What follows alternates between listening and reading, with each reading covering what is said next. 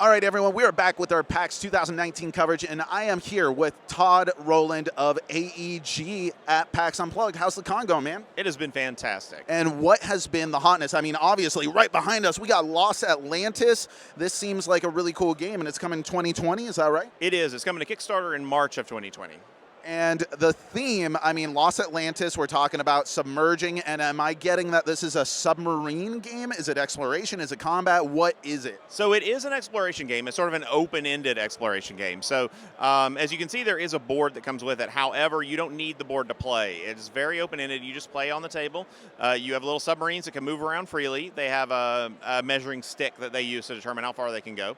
And as you move around, you explore the seafloor. You lay tiles, you find clues, and ultimately you're going to open a portal to Atlantis in order to win the game. This is going to be fully competitive, or is this a cooperative game? So it is a competitive game.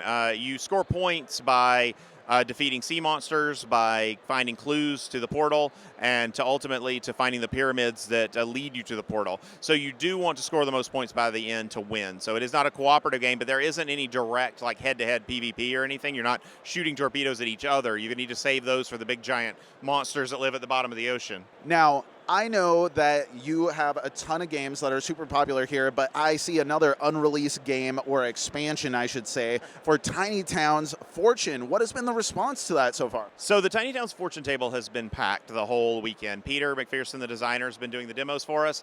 It's a really great expansion. It adds coins to the game, which give you some unique new abilities.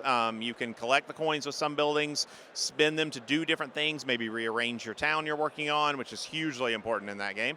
And you can also save the coins as victory points at the end of the game. So it adds a really interesting dynamic when you mix them in with the existing cards in the game. It seems like Tiny Towns has been a really big hit. Does Fortune kind of round out the game, or do you see this as a game that you're going to continue to have expansions down the road, maybe things already in the works? Like, what is your vision for the future of this? So we definitely believe that Fortune adds a lot to Tiny Towns. Our philosophy on expansions now that we've sort of developed over the last year is that it's done when it's done. So we're not going to crank out expansions on a regular schedule like we have in some past years. We're going to continue to work on them until we're happy with them, until we feel that they actually add something to the game experience, and then we will be releasing them. So for instance, we have an expansion for Space Base that we've been working on for a little bit that we feel is probably about 90% there. It's really fun, but there's something that's maybe not quite clicking yet. So we're going to keep working on it and keep working on it until we're 100% happy that people are going to enjoy it, that it's going to give them something new to do, and that it'll be a worthwhile expansion to the game before we release it. And that kind of goes into the fewer but better philosophy that AEG has moved into over 2019. For those who didn't read the blog post that you guys put up, can you explain, like, what is the new philosophy for AEG going forward? So in the past, we were putting out a lot of games. We were releasing many, many games throughout the year. And we decided that we were not giving each game as much time as it could have and as much attention as it could deserve. So we decided to scale back and focus more intently on fewer games each year. And we believe that it's been resulting in better products, better quality products with more attention given to them, and thus being able to reach more players with them.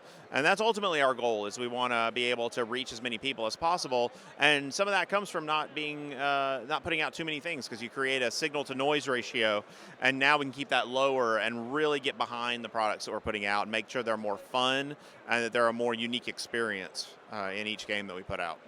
From a dedicated gamer who has been into hobby games from when I was playing Hero Quest with my older brother to when I was playing 2 Legend of the Five Rings tourneys every weekend to covering all the stuff that we're covering with the Cardboard Herald now, thank you for that sentiment. I think more of this hobby, as well as just maybe the mindset, the zeitgeist going forward in the world of fewer but better, is nothing but a good thing for this world.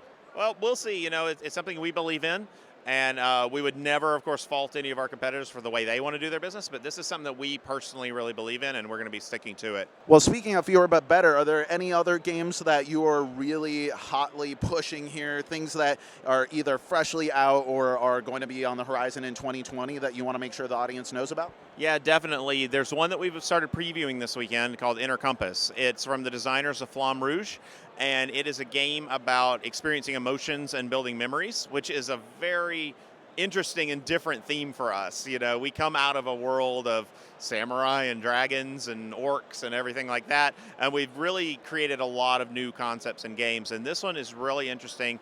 It's a really fun mechanical game, and then the theme on top of it is something really unique. And we're going to be releasing that to retail in March. It's not a Kickstarter; it's going direct to retail, and it'll be out, at the same time in March. Well, as that L5R player that I mentioned that I am sporting my Mantis colors on right now, I have to ask, what clan are you? Well, I was Shadowlands from the beginning, way back in the day, pre-Spider, back when it was the Junto's Army and the YJA. Forever. I would have pegged you as a Ratling. Oh, sir, I was the one who eliminated the Ratlings, which I will own. That was under my watch. That, yes, we had to exterminate them. All right, Todd. Well, thank you so much for coming on to the show, and thank you so much for all that you're doing with the AEG. I think this is a wonderful initiative, and I'm really excited to see what 2020 looks like for you guys. Awesome. Thank you so much. We really appreciate it. We appreciate everyone who's been playing our games. If you enjoyed this video, we have all kinds of other reviews, interviews, and recommendations via writing, podcasts, and video here on our channel and website cardboardherald.com. Our content is audience supported, so if you want to show your support, please visit our Patreon. Thank you so much for watching. This has been the Cardboard Herald.